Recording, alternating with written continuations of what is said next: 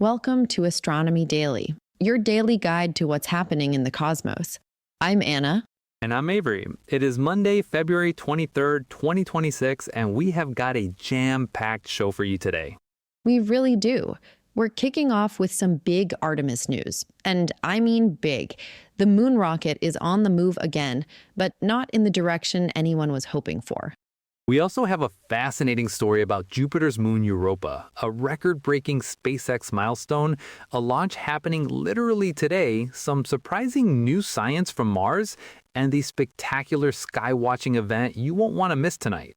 All that coming right up. Let's get into it.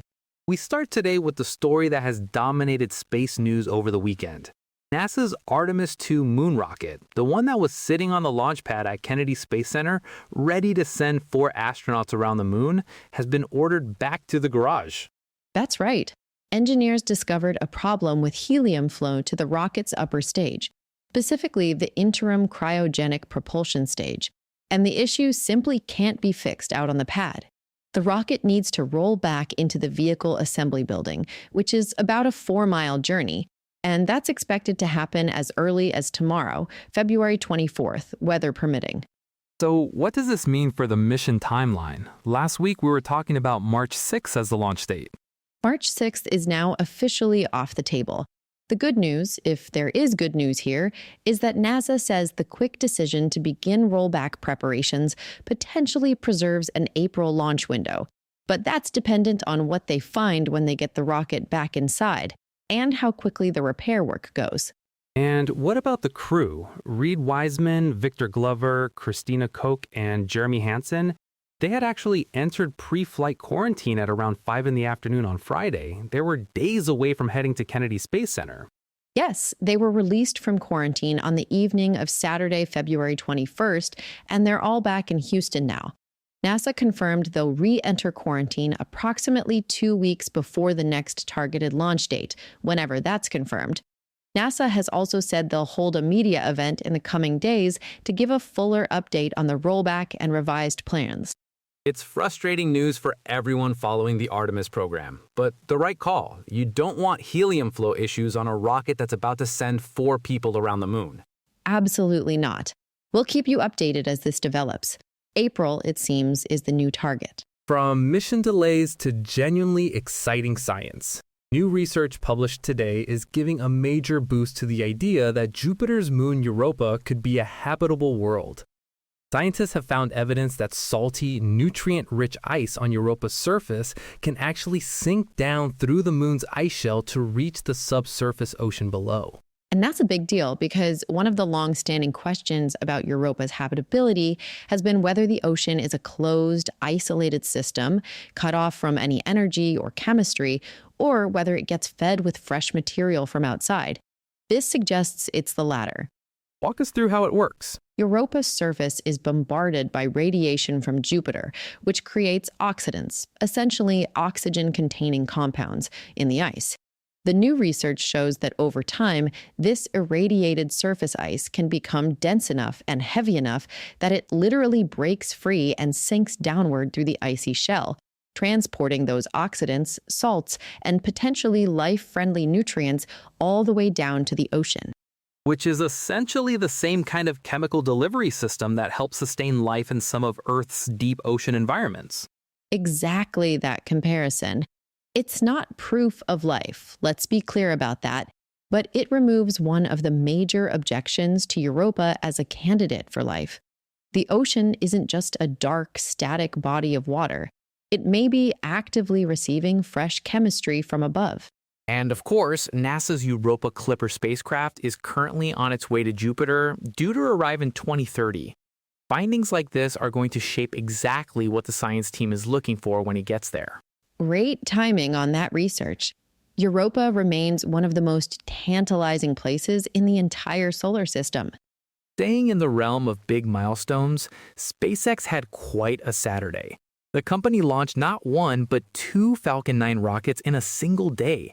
One from California and one from Florida, both carrying batches of Starlink satellites. But the really headline-grabbing moment was the second launch. The Falcon 9 booster that flew from Cape Canaveral set a new reuse record for the company. This is a rocket that has flown more times than any other Falcon 9 booster in history. It's remarkable when you stop to think about it. In the early days of spaceflight, rockets were essentially disposable. You launched them once and they burned up or crashed into the ocean. SpaceX has fundamentally changed that equation.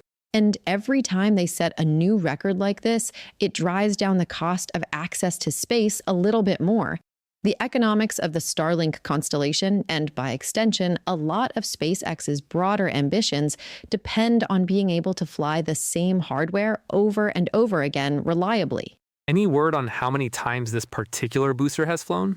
The specific flight count is still being confirmed, but it's enough to break the previous record, and that's the significant part.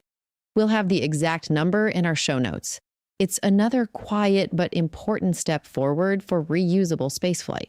And speaking of launches, one is happening today, right now in fact, or very soon after this episode drops.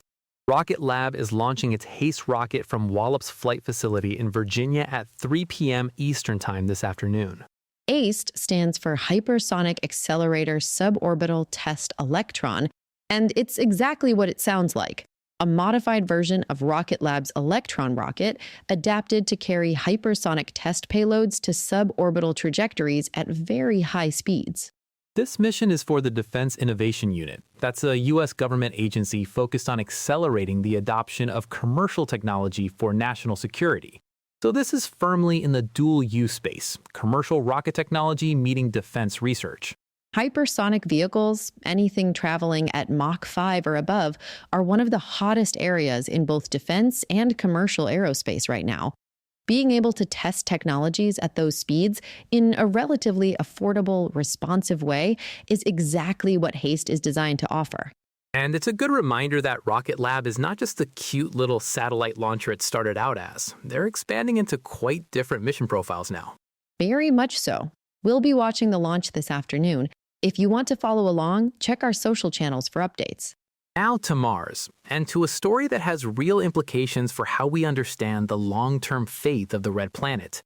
New research published this week has found that an intense regional dust storm on Mars transported unusually high amounts of water vapor through the planet's atmosphere. Water on Mars is always a fascinating topic because we know Mars once had liquid water, rivers, lakes, possibly even oceans. And the big question is, where did it all go? The leading answer is that Mars lost its water over billions of years, partly to space, and dust storms appear to be a key mechanism in that process. So how does a dust storm move water? Great question. When a dust storm kicks up on Mars, it heats the atmosphere and lifts dust particles high into the sky. Water ice and water vapor get caught up in this turbulence and lofted to much higher altitudes than they'd normally reach. Up high, the water is more exposed to ultraviolet radiation from the sun, which breaks the water molecules apart. The hydrogen escapes to space, and the water is permanently lost from the planet. So every major dust storm is essentially Mars losing a little more of its water budget? Over geological timescales, yes. What makes this study significant is the quantity involved. The researchers found the storm was transporting water at rates much higher than previous models had predicted. It suggests we may have been underestimating the role that regional dust storms play in Mars's ongoing water loss, as distinct from the planet-wide global storms. And this matters a lot for our thinking about early Mars, when it was warmer and wetter. Understanding how water was lost helps us understand how long Mars might have been habitable. Exactly. Every new piece of data about Mars's water history gets us closer to understanding whether it had the conditions for life, and for how long. Really compelling research.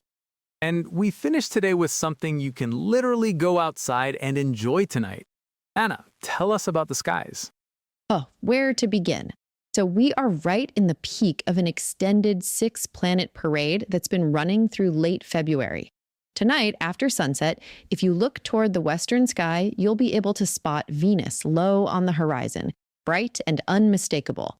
Not far from it, Mercury and Saturn are also visible, forming a close trio in the west. And for those with binoculars or a telescope, Neptune is lurking very close to Saturn as well. So it's quite the western horizon spectacle. Then, as you scan across to the east, Jupiter is high and dominant, hard to miss. And Uranus is up in the south near the Pleiades star cluster. Again, needing binoculars, but very findable tonight. And the moon plays a special role tonight, doesn't it? It really does. The waxing crescent moon is passing right through the northern edge of the Pleiades tonight. That's the beautiful little star cluster, also known as the Seven Sisters. Depending on your location, particularly if you're in the northern US or Canada, the moon may actually occult. That means pass in front of several of the Pleiades stars, causing them to disappear and reappear one by one. That window runs from roughly 10 p.m. to 12:15 a.m. Eastern Time.